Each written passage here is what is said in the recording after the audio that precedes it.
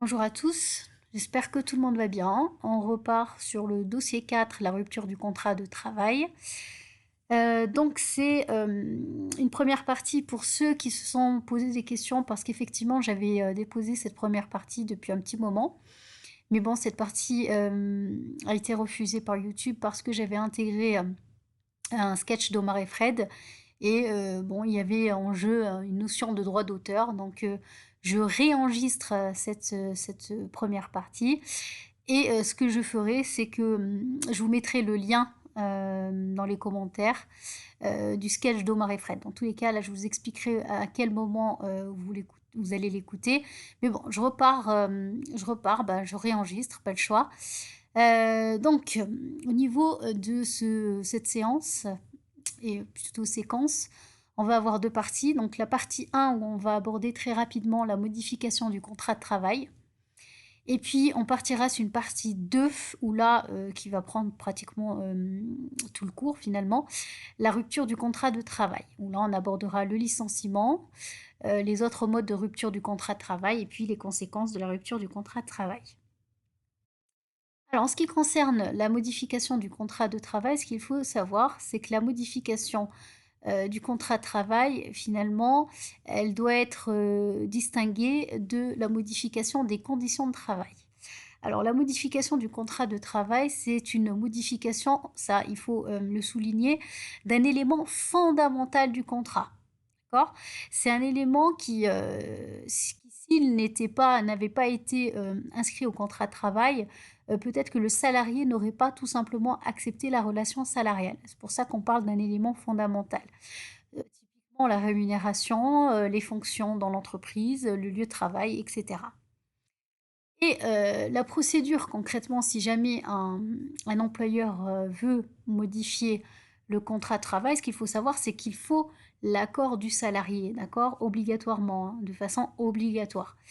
Mais si la procédure, finalement, elle provient d'une modification de nature économique, la procédure peut être différente. C'est-à-dire que si l'employeur décide de modifier les conditions le contrat de travail pour des motifs économiques, là, la procédure sera différente.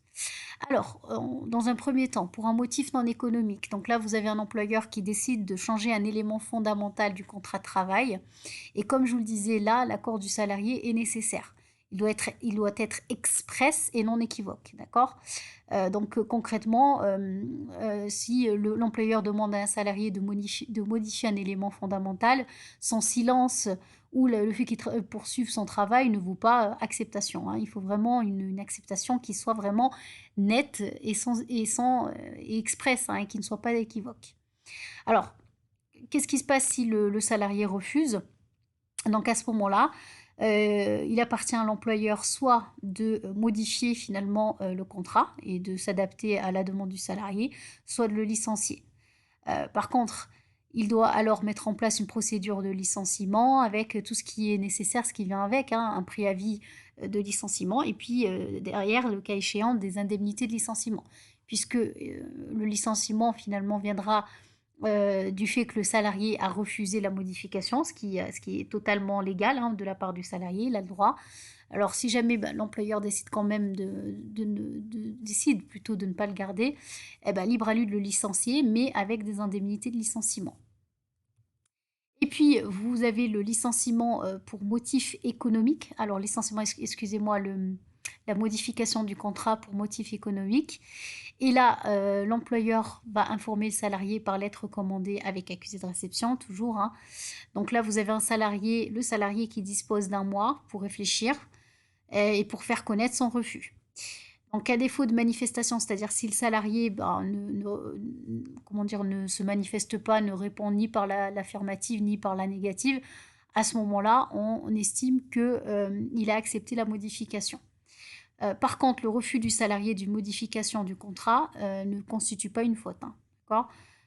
Et à ce moment-là, l'employeur peut prendre l'initiative de maintenir le contrat initial, soit prendre l'initiative là aussi de procéder à la rupture du contrat avec en licenciement économique finalement, hein, ou personnel. Ça dépendra de la situation. D'accord. Ensuite, vous avez un deuxième volet finalement en termes de modification, mais là, c'est la modification des conditions de travail. Et dans ce cas, l'employeur ne fait finalement qu'user de son pouvoir de direction qu'on avait abordé finalement, dans les séances précédentes. Donc là, tout simplement, il décide qu'il veut modifier les horaires, il veut modifier, les conditions de travail de façon générale. Le salarié, il est obligé d'accepter, il est tenu d'accepter. Et en cas de refus, c'est une faute de la part du salarié, c'est, finalement la non-exécution du contrat, hein, de ses obligations contractuelles. Et à ce moment-là, si l'employeur désire, il pourra, sanctionner le salarié en le licenciant, tout simplement. Et pour faute en plus, hein, donc ça veut dire que, il risque de partir sans indemnité, de licenciement. Alors, donc là, on part sur la partie 2, la rupture du contrat de travail. Et c'est à ce moment-là, en fin de compte, que j'avais décidé de vous diffuser la vidéo le sketch plutôt d'Omar et Fred, qui est un sketch intéressant dans le sens où ils vont à contrario vraiment de ce qui se passe. Et ce que je vais vous demander, c'est de visionner. Donc, vous cliquerez sur le lien que je vais vous mettre en dessous, qui vous enverra vers la vidéo d'Omar et Fred.